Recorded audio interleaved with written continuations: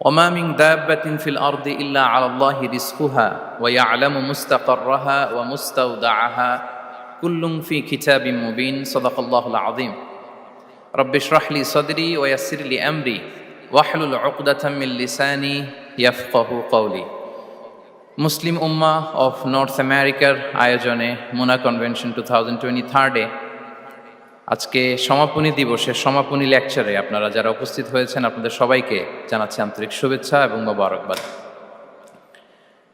শুরুতে আমরা আল্লাহ রাব্বুল ইজ্জা ওয়াল জালালের দরবারে শুকরিয়া জানাই, যিনি আমাদেরকে 3 দিন ব্যাপী কনভেনশনের শেষ দিন পর্যন্ত সুস্থভাবে উপস্থিত হয়ে এই প্রোগ্রামকে সাফল্যমণ্ডিত করবার সুযোগ করে দিয়েছেন। আমরা পড়ছি আলহামদুলিল্লাহ।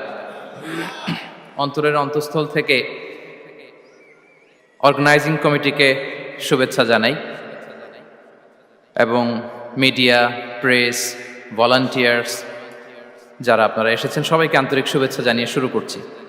যেই টপিকটি নিয়ে আজকের এই মুনা কনভেনশন 23 লাস্ট সেশনে আমি আলোকপাত করতে চাই সেটি হচ্ছে the concept of risk in Islam. Risk নিয়ে আমাদের অনেকের কিছু মিসকনসেপশন আছে। আমি চাইবো এই স্বল্প সময়ে রিজিকের ব্যাপারে একটি ধারণা আপনাদেরকে দিতে, আপনাদের আইডিয়াটা যাতে ক্লিয়ার থাকে, কনসেপ্ট যাতে ক্লিয়ার থাকে। প্রিয় ভাই এবং বোনেরা, আমরা অনেকে, সবাই না, অনেকে মনে করি যে রিস্ক হচ্ছে যেটা আমরা খাই, যেটা আমরা খাই এটা রিজিক, অথবা যে অর্থ আমরা উপার্জন করি এটা রিজিক। আমাদের অনেকের ধারণা। আসলে রিজিকের ব্যাপারে আমাদের ধারণাটা পূর্ণাঙ্গ নয়, এর বাইরেও অনেক কিছু আছে। রিস্কের বাংলা হচ্ছে জীবন উপকরণ, ইংরেজিতে বলে সাস্টেনেন্স বা প্রভিশন। অর্থাৎ জীবন পরিচালনায় একটা মানুষের যা যা লাগে তার সবই রিস্ক।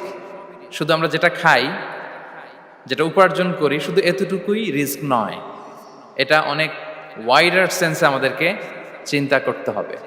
আমরা আমাদের পুরো জীবন জুড়ে যা পাই, যা খাই, যা অর্জন করি, যেটা লাভে ধন্য হই, সবটাই রিস্ক। আমরা অনেকে যে বুঝি যেটা আমরা খাই, যেটা উপার্জন করি এটা রিস্ক, এটা যে একেবারেই রিস্ক নয় সেটা নয়, তবে এটা আংশিক সত্য, এটাও রিস্ক। অর্থ, খাদ্য, জাগতিক সম্পদ এটাও রিস্ক, কিন্তু এটা রিস্কের সর্বনিম্ন স্তর, the lower level of provision, the lower level of risk হচ্ছে এই যে খাদ্য, অর্থ, জাগতিক সম্পদ। রিজিকের সর্বনিম্ন স্তর হচ্ছে এটা। আর রিজিকের সর্বোচ্চ স্তর হচ্ছে ফিটনেস। সুবহানাল্লাহ বিহামদি। আমরা অনেকে এটাকে নেগলেক্ট করি, গুরুত্ব দেই না, কিন্তু এটাই রিজিকের সর্বোচ্চ স্তর, ফিটনেস। আপনি ফিট থাকা, অর্থাৎ ফিজিক্যাল অ্যান্ড মেন্টাল ফিটনেস, শারীরিক এবং মানসিক সুস্থতা, এটা রিজিকের সবচাইতে উচ্চতম স্তর, the higher stage of risk, provision, sustenance, fitness, সুস্বাস্থ্য, শারীরিক এবং মানসিক সুস্থতা। কারণ আমাদের স্বাস্থ্য যদি ভালো না থাকে, ফিজিক্যালি মেন্টালি যদি আমরা ফিট না হই, পৃথিবীর সব নেয়ামত আমার পায়ের সামনে হাজির করলেও আমি কিছুই উপভোগ করতে পারবো না।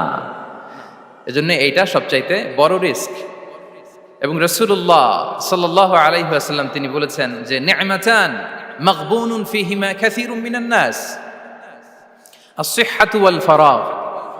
দুটি নিয়ামত আছে যে দুটি নিয়ামতের ব্যাপারে মানুষ খুবই গাফেল, উদাসীন, গুরুত্ব দেয় না। তার মধ্যে একটা হচ্ছে আস-সিহহা, সুস্বাস্থ্য, আর একটা হচ্ছে আল ফারাগ, অবসর। আমরা যখন খুব ব্যস্ত হয়ে পড়ি, নাভিশ্বাস, সময় নাই, খুবই রাশিং, তখন বুঝি যে অবসরের কত দাম। আবার আমরা যখন ফিজিক্যালি উইক হয়ে পড়ি, অসুস্থ হয়ে যাই, তখন বুঝি সুস্বাস্থ্যের কত দাম। তো রিজিকের সর্বনিম্ন স্তর হচ্ছে, প্রিয় ভাই এবং বোনেরা, খাদ্য, টাকা পয়সা, জাগতিক সম্পদ, এগুলা। আর রিজিকের সর্বোচ্চ স্তর হচ্ছে fitness, physical and mental fitness. আর রিজিকের সর্বোত্তম স্তর হচ্ছে পুণ্যবান জীবন সঙ্গী এবং নেককার সন্তান, ফায়াস ওয়াইফ অ্যান্ড চিলড্রেন। সুবহানাল্লাহ বিহামদি।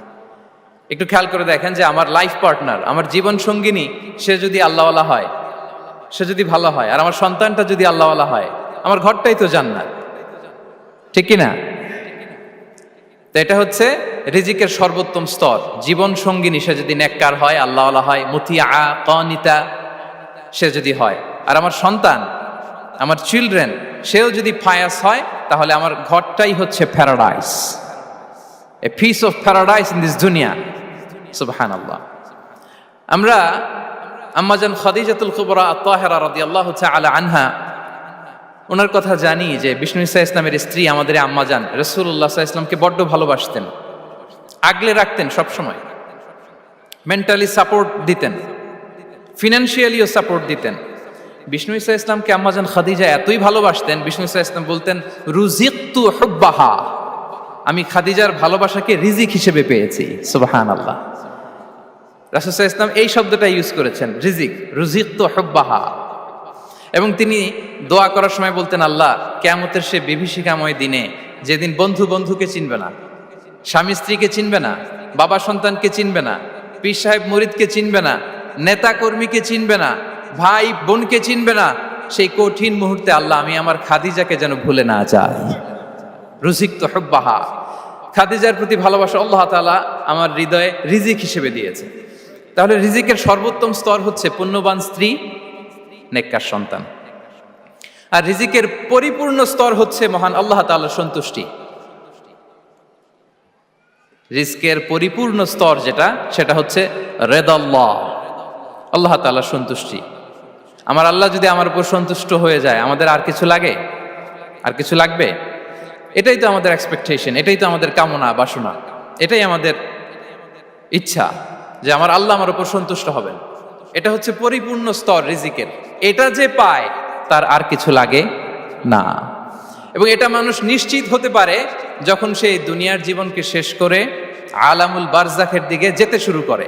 তখন তাকে বলা হয় ইয়া আইয়াতুহান নাফসুল মুতমাইন্না ইরজিই ইলা রাব্বিকি রাদিয়াতাম মারদিয়া ফাদখুলি ফি ইবাদি ওয়াদখুলি জান্নাতি। হে প্রশান্ত আত্মা, হে প্রশান্ত আত্মা, প্রবেশ করো, তোমার রবের দিকে চলে এসো, সন্তুষ্ট চিত্তে সন্তোষ ভাজন হয়ে আমার কাছে এসো, আমার জান্নাতে প্রবেশ করো। সুবহানাল্লাহ বিহামদি। এই দুনিয়া ছেড়ে যখন আমরা যাব, তখন যদি এই অ্যানাউন্সমেন্টটা আমার জন্য দেয়া হয়, আমার আর কিছু চাওয়ার পাওয়ার আছে? প্রিয় ভাই এবং বোনেরা বলেন, এই আল্লাহর সন্তুষ্টির ঘোষণা যদি আমি এই পৃথিবী থেকে বিদায় লগ্নে পেয়ে যাই, আমাদের আর কিছু চাওয়া পাওয়ার আছে? ইয়া আইয়াতুহান নাফসুল মুতমাইন্না ইরজিই ইলা রাব্বিকি রাদিয়াতাম মারদিয়া। আমরা কিছুদিন আগে আমাদের সকলের প্রিয় আল্লামা দেলোয়ার হোসেন সাঈদী রাহিমাহুল্লাহ নওয়ারাল্লাহু মারকাদাহু ওয়া জাআলাল ফিরদাউস মাসওয়াহু, ওনাকে আমরা হারিয়েছি। আমি যখন ওনার শোক বার্তা নিয়ে ফেসবুকে স্ট্যাটাস লিখি, কমেন্টে আমি এই আয়াতটা লিখেছিলাম, আমি খুঁজে পাচ্ছি না যে আমি কি দিয়ে এটার উপমা দিব, কি দিয়ে ওনার বিদায়ের উপমা আমি জানাবো, আমি খুঁজে পাচ্ছিলাম না কোনো আয়াত। তখন এই আয়াতটা লিখে আমি উপমা দিয়েছি। আল্লাহু আকবার। গোটা বিশ্বের মানুষ কেঁদেছে, গোটা বিশ্বের মানুষ গায়েবানা জানাজা পড়েছে, গোটা বিশ্বের মানুষ ওনাকে অশ্রুসিক্ত বিদায় দিয়েছে।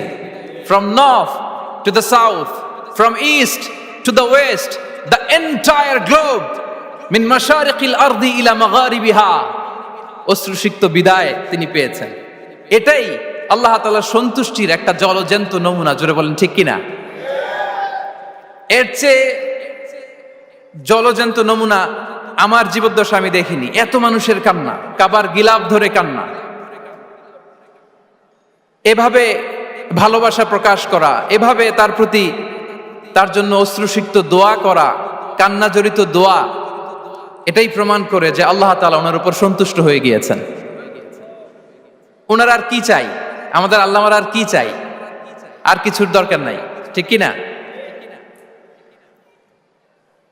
এই যে পরম সৌভাগ্য,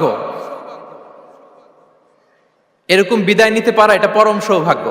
আমরা আল্লাহর জন্য দোয়া করি, আল্লাহ তাআলা সারা জীবন তিনি যেমনি কোরআনের বার্তাকে গোটা বিশ্বব্যাপী পৌঁছিয়ে দিয়েছেন, তার কবরটাকে আল্লাহ তাআলা কোরআনের নূর দিয়ে আলোকিত করে দেখ। কোরআনকে আল্লাহ তাআলা তার কবরের সাথী বানাক। কোরআনকে আল্লাহ তাআলা তার কিয়ামতের দিন, in the day of judgement, তার পক্ষে শাহাদাতকারী হিসেবে কবুল করুন।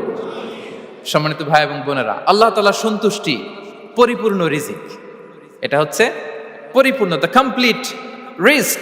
তাহলে আমরা যেটা ভাবি অর্থ, আমরা যেটা ভাবি সম্পদ, এটা রিজিকের সর্বনিম্ন স্তর। সর্বোচ্চ স্তর হচ্ছে fitness, physical and mental fitness. সর্বোত্তম স্তর হচ্ছে পুণ্যবান স্ত্রী, নেককার সন্তান। আর পরিপূর্ণ স্তর হচ্ছে আল্লাহ তাআলার সন্তুষ্টি। হাদিসে সবরকে বলা হয়েছে সবচেয়ে প্রশস্ত স্তর। আর সবর, পেশেন্স, ধৈর্য। রাসূলুল্লাহ সাল্লাল্লাহু আলাইহি ওয়াসাল্লাম বলেছেন, মা রুজিকা আবদুন খায়রান লাহু ওয়ালা আওসা মিনাস সবর। সবরের চেয়ে কোনো প্রশস্ত নেয়ামত, প্রশস্ত রিজিক আল্লাহ তাআলা কোনো বান্দাকে দেয়নি।